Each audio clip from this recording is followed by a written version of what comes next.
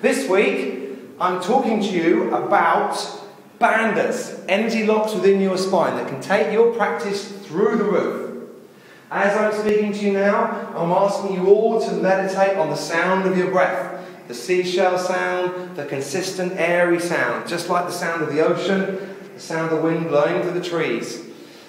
So, bandhas, energies within your spine. These are ancient aspects based on the human spine, based in nature, based on astronomy, actually, going right back into anthropology.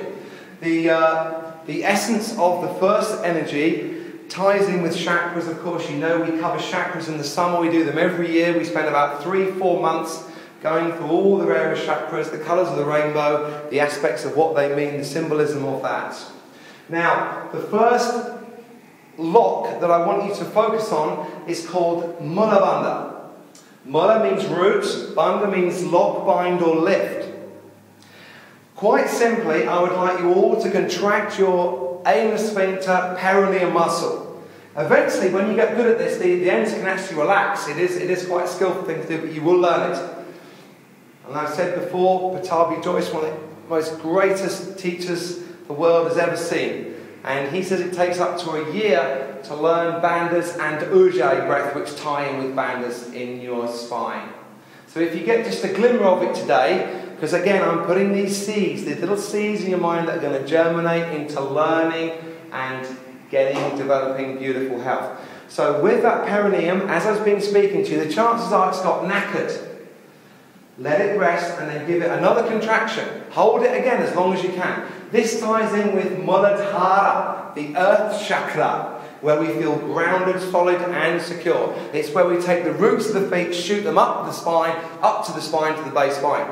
The colour of dark red. The reason why it's red is the slowest wavelength. It moves, light moves much more slower through that essence. The next energy in your spine is called Uddiyana Bandha, which means to fly up. Fly up what? The energy of the earth.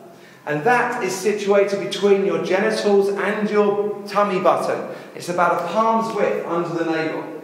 Focus your mind on that energy centre now. This of course ties in with Svadhisthana chakra, the chakra of sweetness. It's known as the seat of life, the sexual chakra. And the good news is, with that second lock, is that you are automatically working it through the anal sphincter. Going back to the anal sphincter, the chances are, from contracting it continually, it's probably knackered.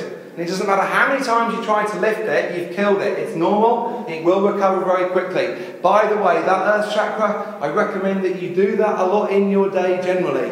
If you're going out for a walk, or if you're doing something, or if you're doing sports as well. I use that all the time in all the other sports and things that I'm into. And then we're going to jump 2 chakras now, and we're going past the Manipura of the solar plexus chakra, lustrous gem. We're going past the heart chakra, anahata, a sound that is made without any two things striking. That airy, airy sound. And then we're going to the throat, Vishuddha, the chakra of expression and communication. This is the most difficult of all. It's called ujjayi breath. And that means victory, that you have conquered the breath. And if you want to learn this now, the point being that if you're new to it, simply cough, swallow, clear your throat and airways, and start to breathe through your mouth. Notice how quickly and shallowly the air comes in. And you're breathing it's quite panty, your breath now. Now what I'd like you to do, you know when you yawn, we go Ujjayi breath is exactly the same as yawning, and we do it for the same reason. We don't always yawn because we're tired. We yawn because our very clever autonomic nervous system that runs our body is demanding a bit more air to run the system better. So instead of going, start to contract your throat just like a yawn. Try it now.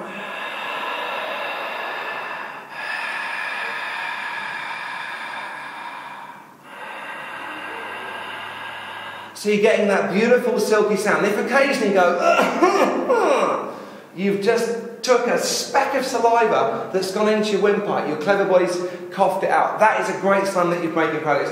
Now, here's the key. Here's the difficulty.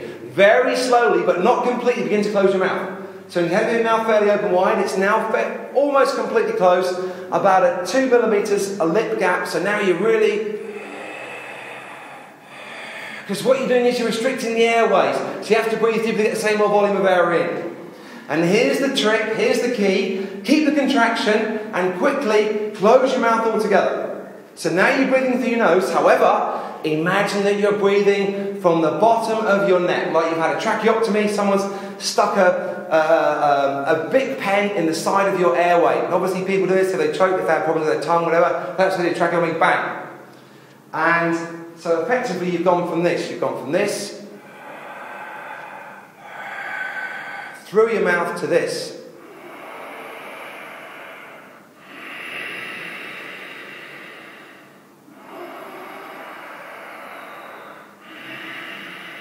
And then as you develop that, you relax it.